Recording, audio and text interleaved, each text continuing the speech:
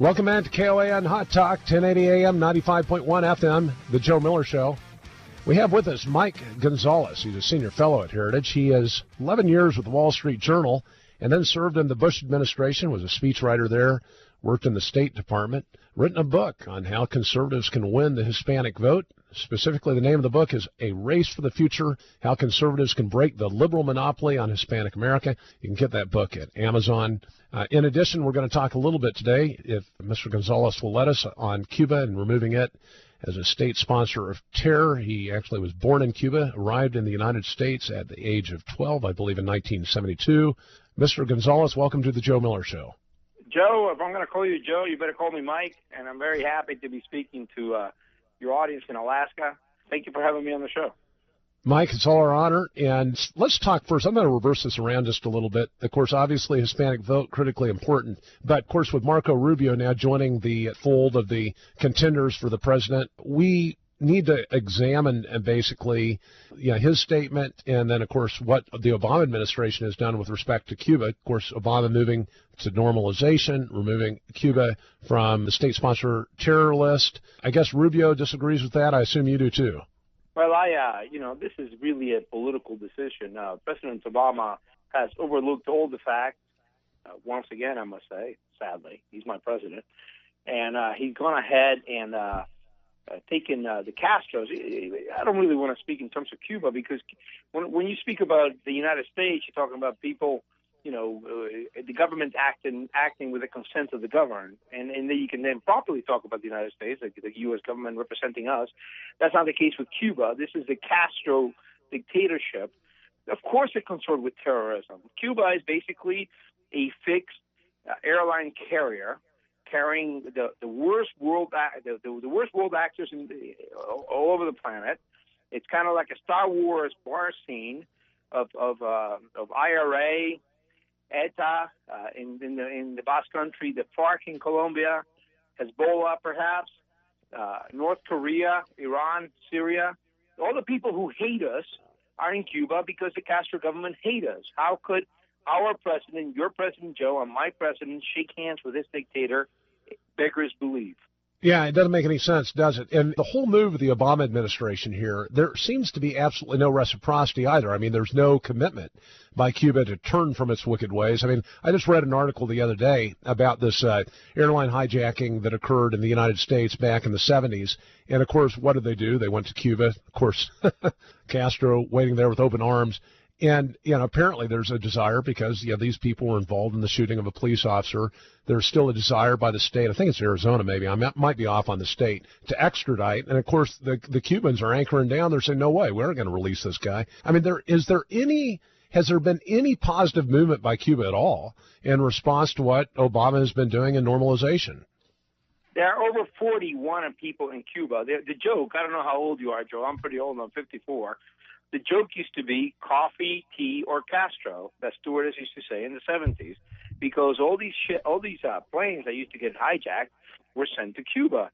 The reason why President Obama did not demand anything in return, there was no quid pro quo, because he doesn't want anything in return.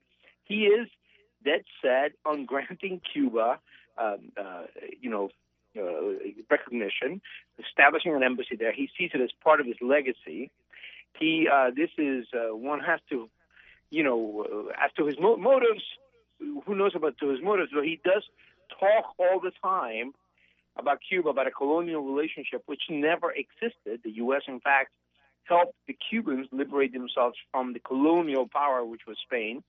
Right. The same with Iran.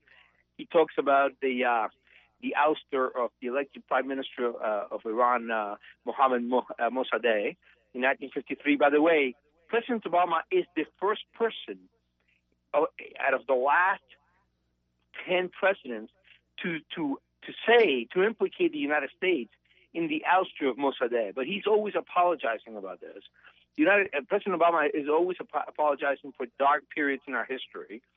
And, of course, we have had them, but so has every country, and we have brought freedom to many countries.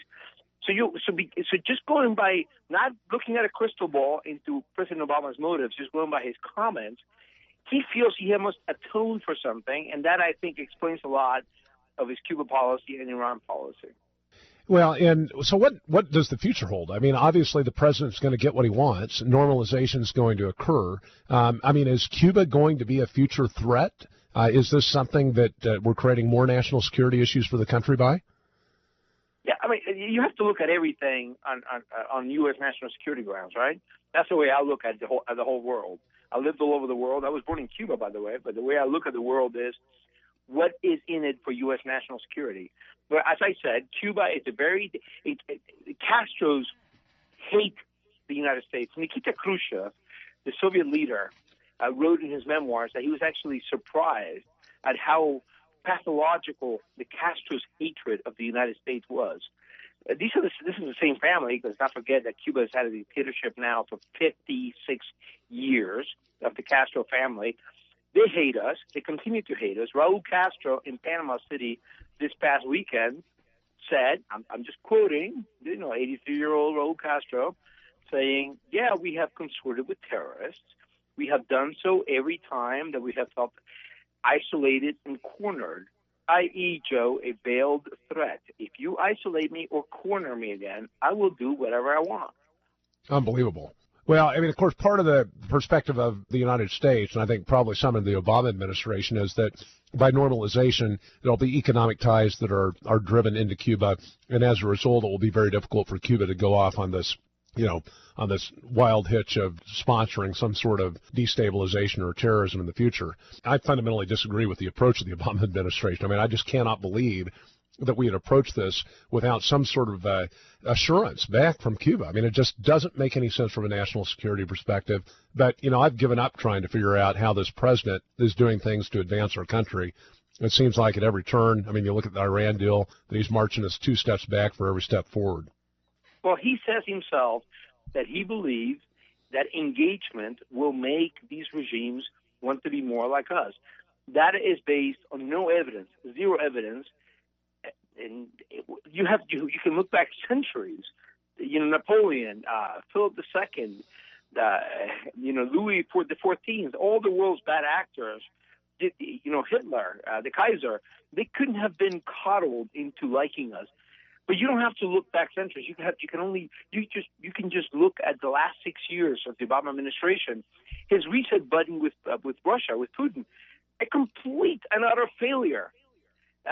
Trying to talk nicely to China, a complete and utter failure. It just doesn't work that way. And President Obama, who's supposedly very intelligent, he sounds very intelligent, he sounds very intellectual. You know what Ronald Reagan used to say? It's not that liberals don't know things, it's that they know a lot of wrong things. I think that could be applied to Exactly President Obama. Right. I mean, look who he was raised by, Frank Marshall Davis. I mean, if you look at basically the environment in which he was raised, the things that he learned, it should be no surprise to Americans that he's doing the things he's doing. Now, just to wrap up the Cuban story, you wrote an article about the dissidents in Cuba and how the interplay with this warming of relationships. I mean, what's going on with them, the dissidents? I mean, are they going to be allowed back? Are they being granted? Are the prisoners going to be released? Anything on that front?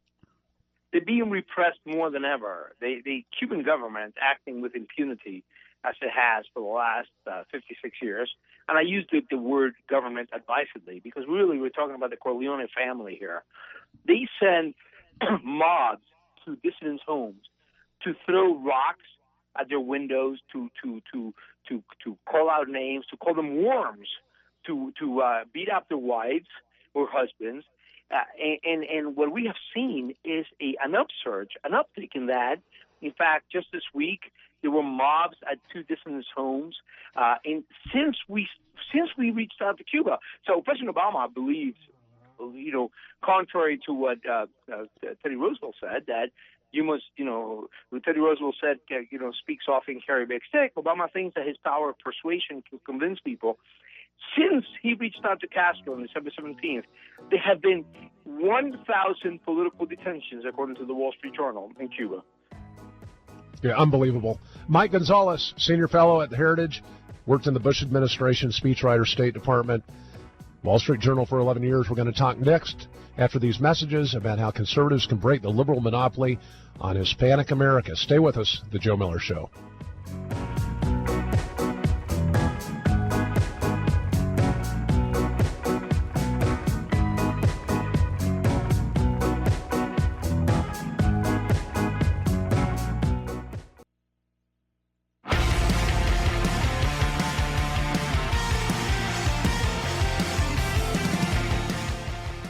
Welcome back to KOAN Hot Talk, 1080 AM, 95.1 FM, The Joe Miller Show. We still have with us Mike Gonzales. He worked in the Bush administration as speechwriter, worked in the State Department, 11 years with the Wall Street Journal, currently a senior fellow at Heritage. Wrote a book called A Race for the Future, How Conservatives Can Break the Liberal Monopoly on Hispanic America. Last segment, we talked about Cuba. It's delisting, the mistakes the Obama administration has made there. This segment, we're going to talk about, again, the title of the book, How Conservatives Can Break the Liberal Monopoly on Hispanic America. But first, Mike, I want you to kind of maybe ferret out this whole word, the words Hispanic. We were talking about that during the break. Apparently a term that was coined by the bureaucracy. Can you explain what you meant by that? Yeah, in the 1970s, I think that the major laws were passed in 1977 for the 1980 decennial census. The bureaucracy, by the way, a lot of this work was done under Nixon and Ford, a lot less under Carter, was to identify, to create 4 different minorities. One was African American, which has been here for centuries. The other one was Native American, who has been here for millennia.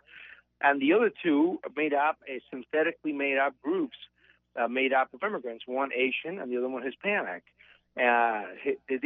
There is no Asian ethnicity. We're talking about people with very different profiles.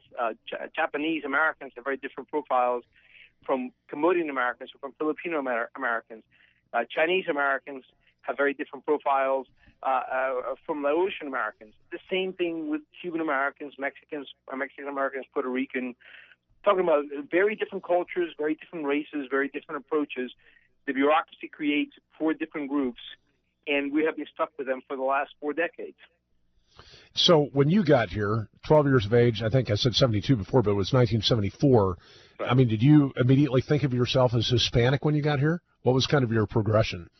No, I mean, I got here as a young Cuban kid, and I was on my way to becoming an American kid when an uncle in Queens, New York, said to me, "Oh, by the way, you're going to be called Hispanic." And I'm like, "What? Why is that?" Because Grandpa was born in Spain, and said, "No, this is a new group that we're being called, and it's going to be." And it's to me, and to many people like me, there was no need for a halfway house. And in fact, this halfway house between being the country where you come from and being a full-fledged American has been a very bad thing, because what this has done has encouraged groupthink, and has encouraged the idea that you're born into a group and you can never come out of this group. And a lot of the bureaucratic steps that we have encourage this type of thinking.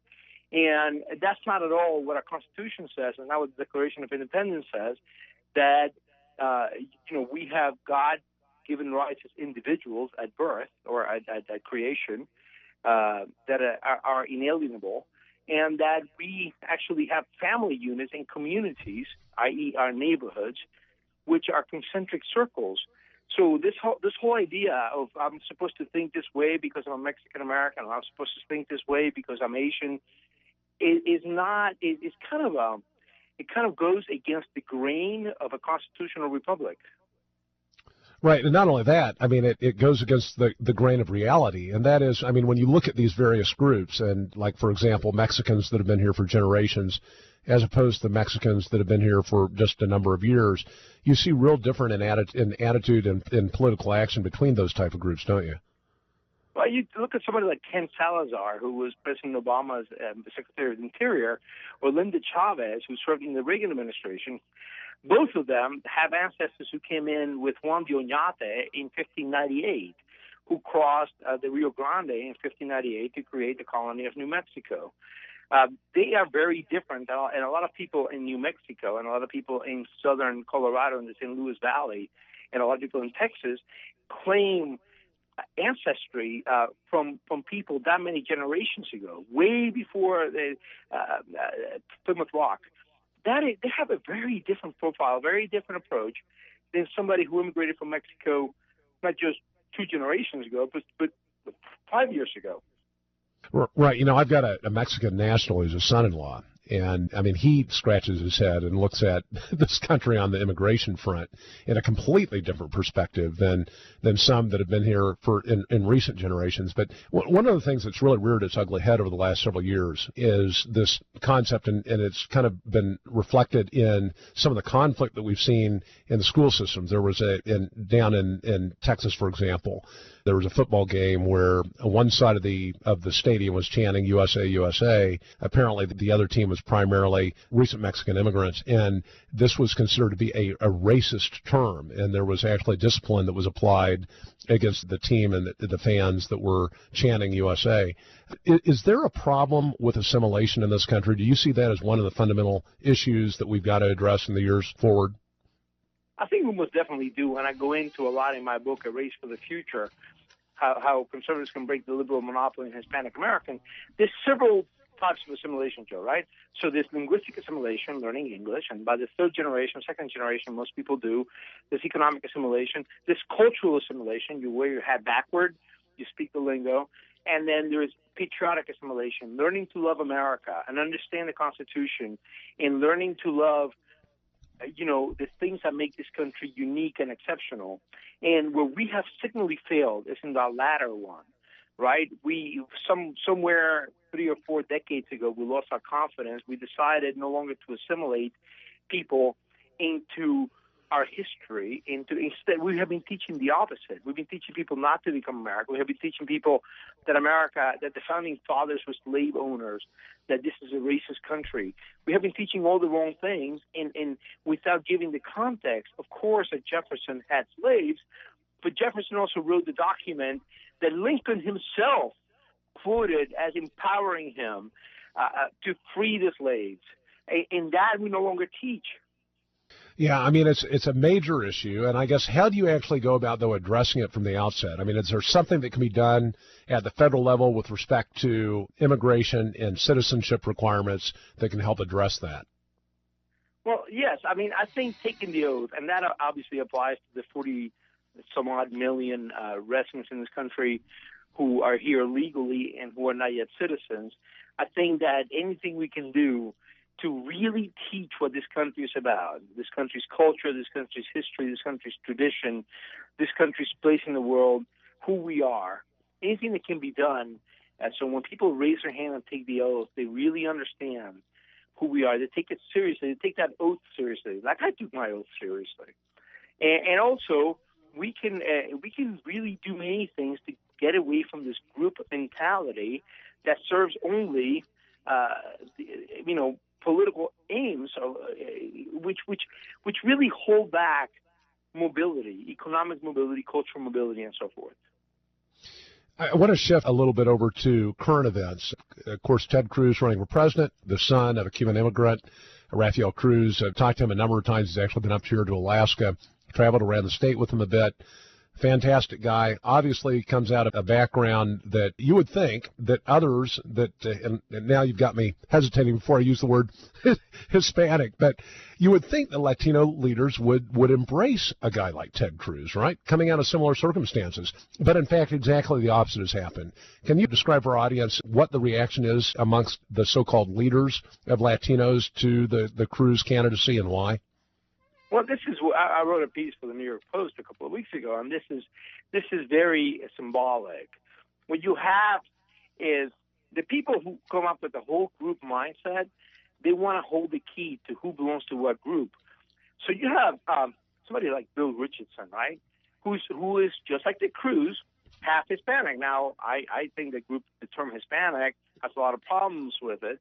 But the definition, according to the Census Bureau, is if you have an ancestor in Cuba or Mexico or Peru or Puerto Rico and so forth. Well, Ted Cruz is Cuban on his father's side.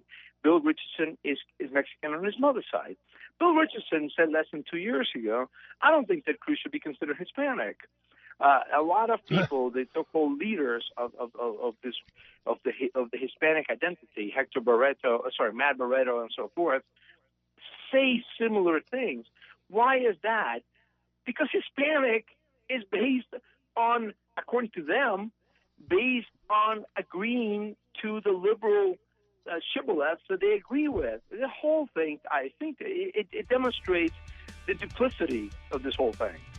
Indeed it does. I'd love to talk to you a little bit more about this maybe in coming days. We'd love to have you back on. To me, I mean, obviously the demographic, however you describe it, Latino, Hispanic, Cuban American, Mexican American, the fact of it is that this is a group of folk that is clearly, I think, when you look at various issues on family, on life, it's one that conservatives ought to have a natural alliance with. And if you look at the recent voting trends, that's not at all happening. Again, Mike Gonzales, been an honor to have you on, senior fellow at the Heritage, 11 years, Bush administration. Mike, appreciate it. Look forward to having you on again in the future. Joe, thanks a lot. I'm very happy to talk to the people in Alaska. Thank you very much. Thank you. And stay with us. We'll have a legislator on next. Joe Miller Show.